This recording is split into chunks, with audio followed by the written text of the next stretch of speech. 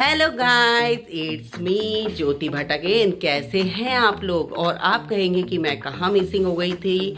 तो as usual आपने मेरा लास्ट ब्लॉग देखा जिसमें मैंने बताया कि सडनली मेरी तबीयत जो है वो ख़राब हो गई थी और बहुत ज़्यादा ख़राब हो गई थी। इस वजह से मेरे कोई भी ब्लॉग्स नहीं आ पाए क्योंकि टायर्डनेस हो रही थी थोड़ा।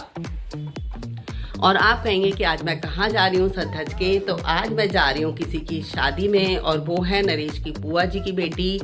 और दोनों तरफ से रिश्ते हैं हमारे, मेरी साइड से भी है वो रिश्ता और इनकी साइड से भी है। और आज हम लोग जा रहे हैं उस शादी में, दिलशाद गार्डन। और क्योंकि ये शादी भी बहुत इम्पॉर्टेंट है हमारे लिए, हमें जाना बहुत ज़रूरी है, इसीलिए मैं जा रही हूँ। अदरवाइज़ किसी की वैसी आमतौर पे होती तो मैं अवॉइड कर देती, बट ये शादी बहुत इम्पॉर्टेंट है इसलिए हम जा रहे हैं। और इसी बहाने अपनी फैमिली से मिलना जुलना हो जाता है, इस वजह से हम थोड़ा सा चले जाते हैं क्योंकि हम थोड़ा दूर रहते हैं, तो हमारा गेट टुगेदर यही होता है। तो चले फिर आज आप मेरे संग शादी में, और मैं दिखाती हूँ सबका लुक। आप लोग मेरे साथ बने रहिए। बब्बू जी दिखाइए, बब्बू का लुक ये है। आज ये ग्रे कंपनी में गए हुए हैं। बब्बू जी जरा फेस ऊपर करके भी दिखा दो अपने दोस्तों को। मेरी जुतियाँ बाहर है, भैया ने निकाली भी थी। आशु जी हो गए आप रेडी? ये है आशु का लुक। आशु ने वेलवेट का सूट पहना है। नरेश का लुक ये है। नरेश आज अच्छे लग रहे हैं, आज उनकी बेटी ने उन्हें तैयार किया है। और कैसा लग रहा है भाई, बेटी ने तैयार किया है तो? ये है आशु। आज बल्कि नरेश तो अच्छे लग रहे, गोरे भी लग रहे आज इनकी बेटी ने इनको नरेश का आज सुबह से आशु ने पापा की मसाज करी चेहरे की। बहुत दिनों से कुछ भी वो नहीं कर पा रहे थे क्योंकि वो बिज़ी बहुत थे और उनका ऑफिस में बहुत ज़्यादा काम चल रहा था। और वो कल भी बिज़ी हैं, कल भी उनका ऑफिस डे ही समझा जाएगा। हम उन्हें जिद कर रहे हैं, यहाँ पर एक बुक फेयर है तो हो सकता है मे बी मैं उसका ब्लॉग बनाऊँ अगर जाएंगे तो, क्योंकि मुझे बनाना भी है। और मैं आशु एक बहुत ज़्यादा उसे पसंद है बुक रीडिंग करना, तो उसको चाहिए बुक्स और सिर्फ बुक्स।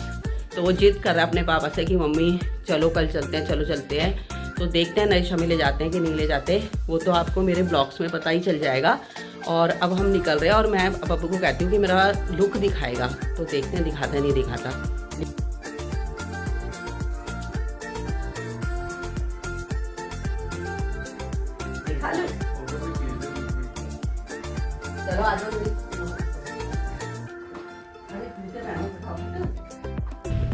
उसमें तो वाईफाई नहीं चलता। हाय गाइस, अब हम लोग निकल गए हैं शादी के लिए। और आपने जैसा कि सभी का लुक देख लिया। आशी को हम वैसे बोलते हैं कि वेस्टर्न आप पहन लो, मतलब नरेश कहते हैं कि भाई तुम वेस्टर्न ही पहनो। आज उसको किया कि इंडियन पहनूंगी मैं। तो आप लोग बताना आशु इंडियन कपड़ों में कैसी लग रही है। और बहुत कम शादियां होती है जिसमें वो इंडियन कुछ भी पहनेगी, अदरवाइज वो कैजुअल ही रहते हैं क्योंकि जो बच्चे कॉलेज जाते हैं ना वो डेली वेयर में जो पहनते हैं उसी में कंफर्ट हो जाते हैं। तो चले फिर आप लोग बने।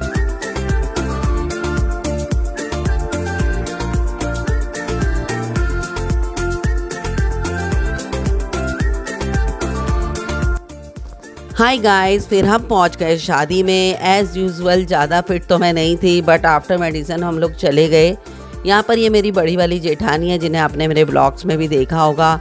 और ये शादी में क्या है कि एक्चुअली मेरी बुआ की जो शादी हो रखी है वो दूसरा गांव है, और वहाँ के लोगों को मैं ज़्यादा नहीं जानती हूँ। मेरे पापा को सब लोग जानते हैं, पापा मम्मी को, बट मेरी मम्मा बेंगलोर गई हुई थी बड़े भाई के पास, तो वो होती तो ज़्यादा लोग जान पाते। लेकिन वैसे भी नॉर्मली भी लोग मुझे जान रहे थे वहाँ पर।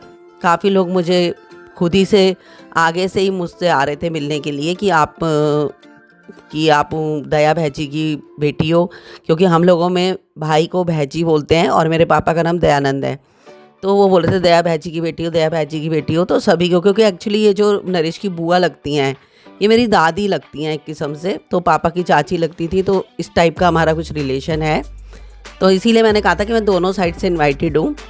फिर उसके बाद खाना भी स्टार्ट हो गया। हमने स्नैक्स बहुत ज़्यादा खा लिए थे, उसको शूट नहीं करा। बहुत अच्छा arrangement, good quality, good place. मैं तो कहूँगी बहुत ही अच्छा अरेंजमेंट किया हुआ था उन्होंने। बच्चों ने बहुत इन्जॉय किया। एक्चुअली बच्चों का ही मुझे बहुत लगता है कि पता नहीं वो इन्जॉय करेंगे नहीं करेंगे, बट उन्होंने बहुत इन्जॉय किया। मेरी जेठानी और मेरा था प्लान था कि हम ना नाचते हैं। तो इतनी देर में बातें कर कर के खाना खा के हमने जब सब कुछ कर लिया तो उन्होंने डिसाइड करा चल तू और मैं नाचते हैं, क्योंकि हमारी साइड वाला कोई नहीं था। मेरी कई जेठानी जो थी, जो 2-3 मेरी जेठानियाँ थी, वो मेहंदी वाले फंक्शन को उन्होंने अटेंड कर लिया था। एक्चुअली मैंने दोनों फंक्शन अटेंड नहीं करे थे बिकॉज ऑफ माई इलनेस, तो मैंने अवॉइड किया। मैंने कहा नहीं, मैं मेन डे जो होगा उस दिन मैं आऊँगी। तो बोला ठीक है। तो वो भी मेरी जेठानियाँ 2-3 चली गई थी, नहीं तो हमारा तो पूरा क्राउड रहता है और हम बहुत ज़्यादा इंजॉय करते हैं, नाचते गाते हैं। तो फिर हम दोनों ने प्लान बनाया, जैसे ही हमने प्लान बनाया उसी टाइम बारात आ गई।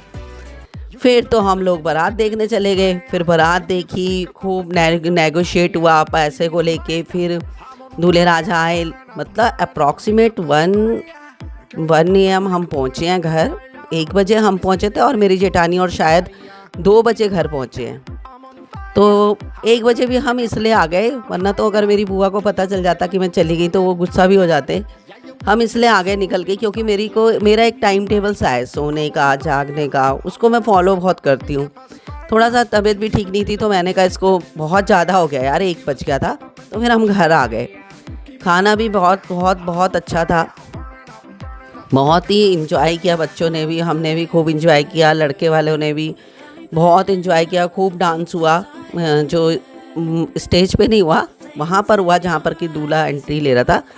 उसकी बहनों ने भी रंग जमा रखा था, तो बहुत अच्छा लगा। सिस्टर्स ऑलवेज़ आगे ही रहती हैं और बहुत वैरायटी थी खाने की। मतलब मुझे तो लगता है कि मैंने आधे से ज़्यादा वैरायटी चखी भी नहीं है, क्योंकि हो ही रहा था कि भाई चलो तबीयत ठीक नहीं है तो ये नहीं खाना, वो नहीं, अवॉइड ही कर रहे थे। But overall very very very awesome marriage. I hope आपको ये पूरा का पूरा मेरा ब्लॉग पसंद आएगा। और अगर आपको ये मेरा ब्लॉग पसंद आया है, please like and subscribe my channel and share it with your family and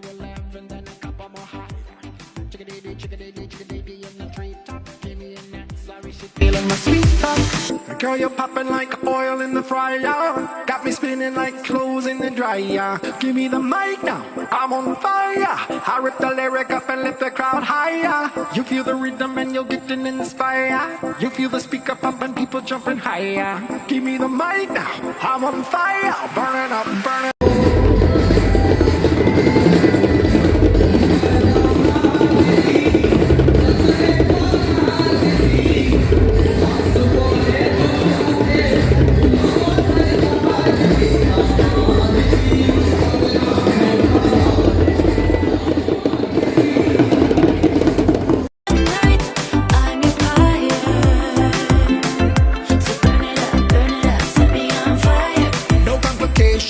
Just conversation.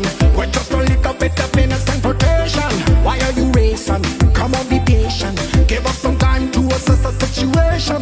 No competition, it's over and done. Before you walk into the room, we knew who already won. Woo, boom, just like that. It's like I got hit on my head with a baseball bat. With flash so fast, staring down that nice round. Ask me if I wanna get with that, and I can tell you yes, it's a definite fact. You're turning up my thermostat. My repetition, but you have no competition. You're like a vision, pure light from a prison. Feeling the roll with golden hues. What can I do? Cause I never wanna lose ya. You feel the rhythm and you're getting inspired. You feel the speaker pump and people jumping higher. Give me the mic now,